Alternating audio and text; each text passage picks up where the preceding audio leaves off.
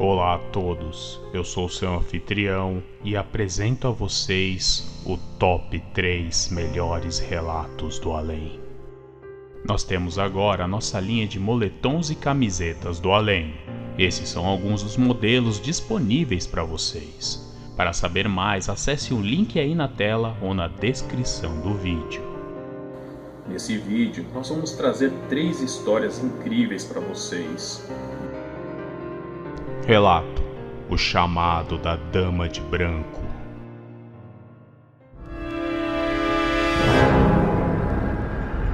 Cícero, essa história aconteceu comigo em 2006, onde na época eu tinha 8 anos, hoje eu tenho 19. Foi por volta das 9 horas da noite. Eu sou natural de Belo Horizonte, mas nesse mesmo ano, em 2006, eu havia me mudado para uma cidade no interior de Minas Gerais, a cidade de São Gotardo. Eu sempre ficava no bar do meu pai até ele fechar. Localizava-se no centro, numa esquina escura. Quando chegava uma certa hora da noite, o local ficava assustador, devido a pouca iluminação. Eu já estava acostumado a dormir tarde, portanto não me importava com o horário. Foi nesse dia que eu ia passar pela experiência mais terrível da minha vida.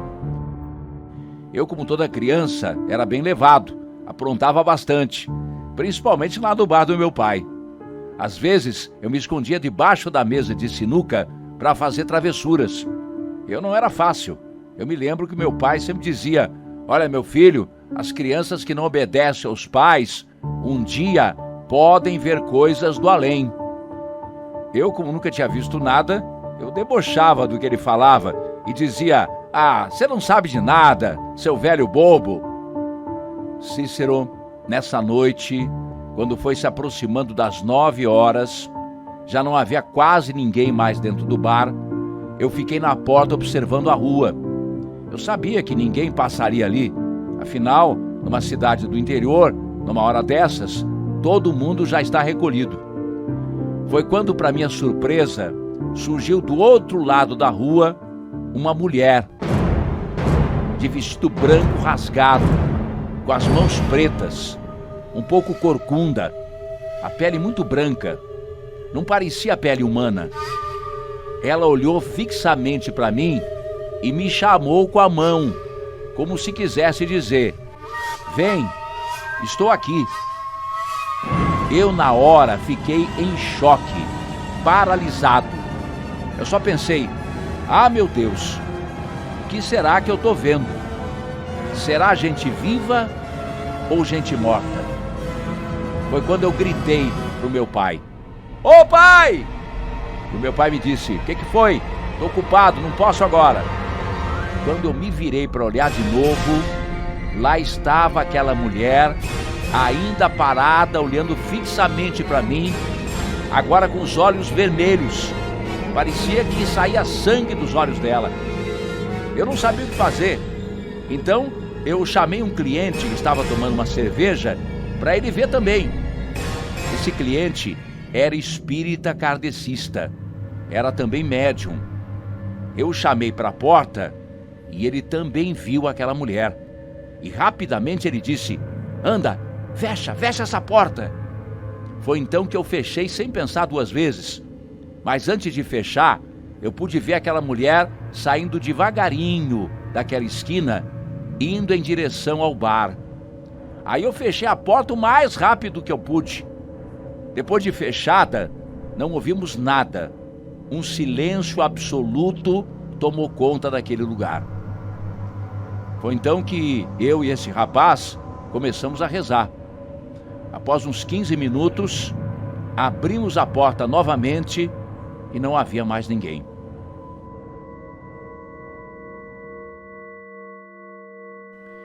Olha, Cícero, eu não desejo a ninguém essa experiência que eu passei. Bom, após esse evento, eu nunca mais vi algo parecido naquelas ruas à noite. E também nunca mais deixei de ouvir o meu pai. E por mais que as pessoas não levem isso tão a sério, eu acredito que pai e mãe têm que ser respeitados. Nunca mais eu esqueço disso que aconteceu. E é tudo verdade, mesmo sendo algo além da imaginação.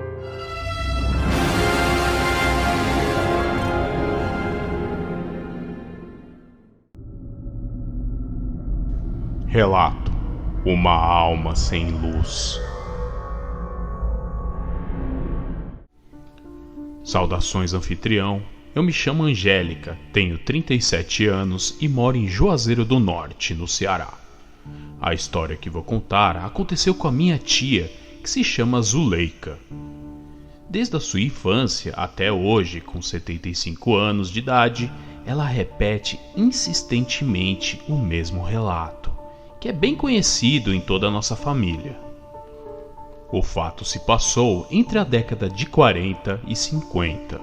Nessa época, ela ainda era uma garotinha que vivia em um lugar na Paraíba próximo ao Parque Arruda Câmara.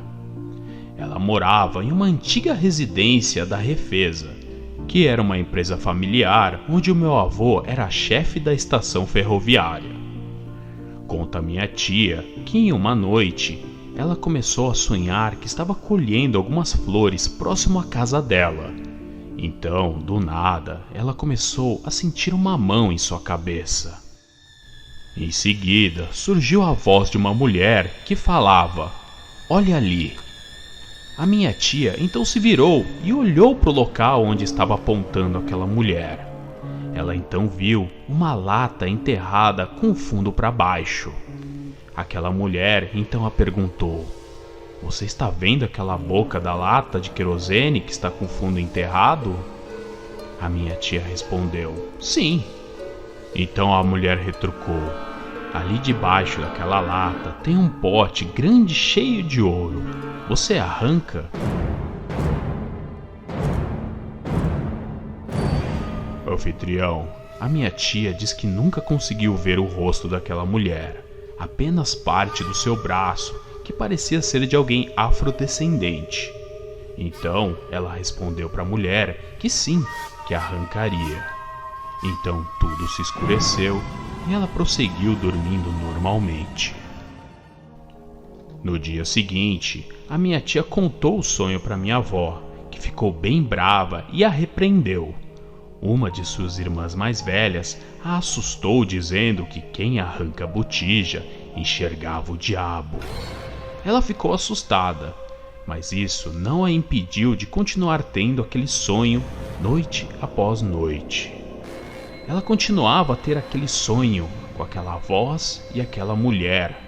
Então, ela resolveu ir até o local indicado pela mulher, que ficava próximo à sua casa. Chegando lá, ela encontrou realmente aquela lata de querosene que a mulher falava. Ela então abriu e dentro ela encontrou um broche de ouro. Anfitrião, ela voltou correndo para casa para mostrar para sua mãe o broche que havia encontrado. Na mesma hora, a mãe dela ficou muito nervosa. Chegou até a dar uma surra na minha tia, que acabou desistindo da joia. A minha tia conta que naquela época, no interior do sertão, não haviam bancos, então as pessoas enterravam suas economias e joias para evitar furtos.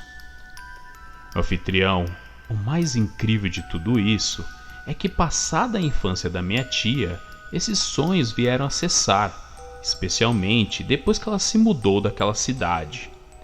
Hoje, aos 75 anos, em 2019, pasmem, de janeiro pra cá, ela voltou a sonhar com aquela mulher. Só que agora, ela não pede mais que ela desenterre a botija. Dessa vez, ela pede insistentemente que a minha tia faça uma oração para ela.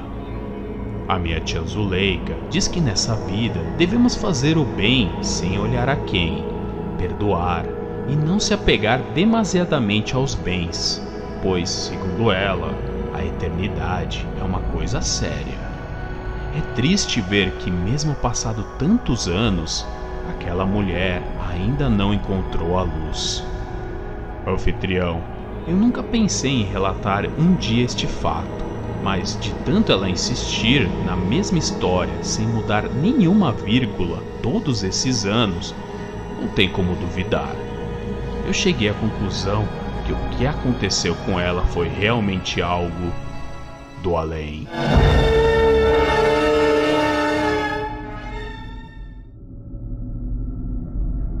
Relato: o vestido amaldiçoado.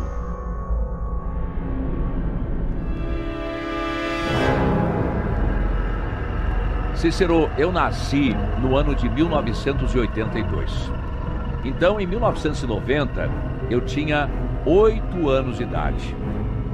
Eu era uma criança, no dizer dos meus pais, pidona. Sabe aquela criança que quer tudo que vê e quando quer, sai de baixo? Eu era assim. Passava uma propaganda de boneca na TV, eu já dizia: pai, compra pra mim. Enquanto meu pai não respondesse que compraria, eu não sossegava. Eu ficava lá: pai, compra pra mim. Pai, compra pra mim. Ficava no ouvido dele, até que ele dizia: tá bom, eu vou comprar. Claro que não dava para meus pais comprarem tudo que eu queria. Afinal, eu tinha mais 3 irmãos. Então, em 1990, os meus pais iam batizar uma prima nossa, chamada Regiane. Estava acontecendo todas aquelas preparações, sabe, para o batizado. E aí os meus pais foram comprar a roupinha de batizado. Sabe aquele vestido cheio de babadinhos que eram usados naquela época? Branquinho, com meias brancas, sapatos brancos. Era assim. Eu tinha sido batizada na religião católica ainda bebê e não me lembrava dos preparativos. Meus pais compraram o vestido da nossa prima e os sapatos. E quando estavam saindo da loja, eu vi exposto ali na vitrine um vestido. Era um vestido lindo, branco, de batizado também. Ele tinha aplicado umas rosinhas, cor-de-rosa, e eu me encantei. Pai, compra esse vestido pra mim. Compra, pai. Filha, o batizado não é seu. Esse vestido é para batizado. Você nunca mais vai usá-lo. Já pensou comprar para usar uma vez e ficar guardado? Filha, não dá. Nem pensar. E além do mais, esse vestido é muito caro. É o dobro do preço que pagamos pelo da sua prima. E assunto encerrado. Não vou comprar, não. E eu comecei a chorar. E eu chorei. Chorei, não de fazer escândalo, mas as lágrimas desceram do meu rosto. Eu sabia que não adiantava insistir. Era não e pronto. E eu pensei naquele vestido o tempo todo. Ele não me saía da cabeça. E eu falava para minha mãe: sabe, mãe, se eu ganhasse aquele vestido para ir no batizado, eu ia ser a garota mais linda daquela festa.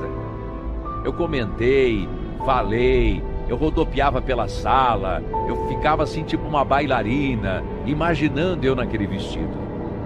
Meus pais achavam graça. E um belo dia, faltando 2 dias para o batizado, o meu pai chega em casa com um pacote. Eu sempre corria ao seu encontro para beijá-lo e ver o que ele trazia para nós. O meu pai, sempre muito apegado aos filhos, sempre trazia doces, chocolates, quase todo dia. E naquele dia, qual não foi minha surpresa ao abrir o pacote e ver que era o vestido que eu tanto queria. Eu fiquei muito feliz. Eu vesti e ele parecia que tinha sido feito para mim. Eu me senti uma princesa, sabe? Aquelas de contos de fadas. E aí eu escutei a minha mãe reclamando baixinho com meu pai: nossa, você é louco, hein? Esse vestido é muito caro. E além do mais, é muito mais bonito do que o da Regiane. Já pensou? Que situação embaraçosa. E ela só vai usar uma vez. Não terá outras ocasiões para usar esse vestido tão espalhafatoso. Mas meu pai se divertia com a minha cara de felicidade. Eu estava eufórica, estava muito, mas muito feliz. Naquela noite, eu fui dormir tarde. Coloquei o vestido envolto naquele plástico, pendurado ali no meu guarda-roupas. Na nossa casa, haviam 3 quartos. Como eu era a filha mais velha, eu dormia sozinha em um, os meus irmãos em outro e os meus pais no 3º quarto. Eu não tinha medo de dormir sozinha. E aí então eu guardei o vestido no guarda-roupa, fiz minhas orações e deitei. No meio da madrugada, eu acordei incomodada com uma luz. Era uma luz fraca, amarelada. Enquanto os meus olhos se acostumaram, eu vi no meu quarto uma garotinha. Uma garotinha que entrou ali pela porta, mas o mais fantástico, ela entrou sem abrir a porta. Ela atravessou pelo meio dela. Ela tinha cabelos castanhos puxados para louro e presos num rabo de cavalo. E tinha um rosto sério, muito sério, como se estivesse brava, muito brava. Fiquei intrigada e observei quando ela parou em frente à minha cama, olhando muito séria para mim. Então eu apaguei, não me lembrando de mais nada. No outro dia eu contei para minha mãe e ela disse que foi um sonho e me perguntou se eu a conhecia. Eu disse que não. Aí então mais tarde a minha avó chegou em casa e eu falei para ela: vó, espera aí que eu vou pegar o meu vestido para a senhora ver como é lindo. Qual foi a minha surpresa ao abrir a porta do guarda-roupas? O meu vestido novo, o meu vestido pro batizado, ele estava picotado. Picotado, rasgado, e os pedacinhos caindo assim no guarda-roupa. E eu gritei: mãe! Apavorada, triste, já chorando, já aos berros. A minha mãe veio correndo e quando viu, ficou atônita. Mas como? Como isso aconteceu? Você cortou o seu vestido? Não, não fui eu, mãe, não foi. Foi aquela garotinha. Deve ter sido ela. Parem de inventar coisas, menina. Por que você fez isso? Por que você picotou esse vestido? Minha mãe estava muito brava e me acusava. E eu gritava, chorava: não fui eu, mãe, não fui eu. Nós pegamos o vestido e a minha mãe percebeu que ele havia sido cortado à tesoura. E por incrível que pareça, a tesoura apareceu embaixo da minha cama. Era uma tesoura grande, pesada, daquelas de costura, que a minha mãe guardava na sala em cima da estante. Para pegar essa tesoura, eu teria de ter ido até a cozinha, pego uma cadeira, arrastado até lá e subido para alcançar a tesoura. A minha mãe disse não ter ouvido nada naquela noite. E ela sempre dizia ter sono leve. A minha avó pediu para que eu cortasse um pedaço do tecido do vestido com a tesoura para ver se os cortes eram parecidos. Eu mal conseguia segurar aquela tesoura, muito menos fazer um estrago tão grande. Cícero, essa história permanece um mistério na minha família até hoje. Hoje eu sou adulta, sou mãe também, sendo que me perguntam: fala aí, depois de tanto tempo, não foi você que cortou o vestido? Achavam que eu tinha medo de confessar que eu ia apanhar do meu pai. Mas eu mantenho o que eu disse há tanto tempo atrás: não fui eu. Eu não vi a hora de usar aquele vestido. Os meus irmãos não podia ser, eram pequeninos ainda, assim como eu, também não alcançariam a tesoura e nem conseguiriam cortar nada. Seria eu sonâmbula? Será que eu fiz aquilo dormindo? E se fosse, como é que eu pegaria a tesoura lá na estante sem ter feito barulho? E de onde eu tirei forças para cortar com tanta raiva, com tanta força, aquele vestido e picotá-lo a ponto de não ter conserto? E aquela garotinha? Foi um sonho? Cícero, são perguntas até hoje sem resposta. Coisa que aconteceu comigo e eu considero algo além da imaginação.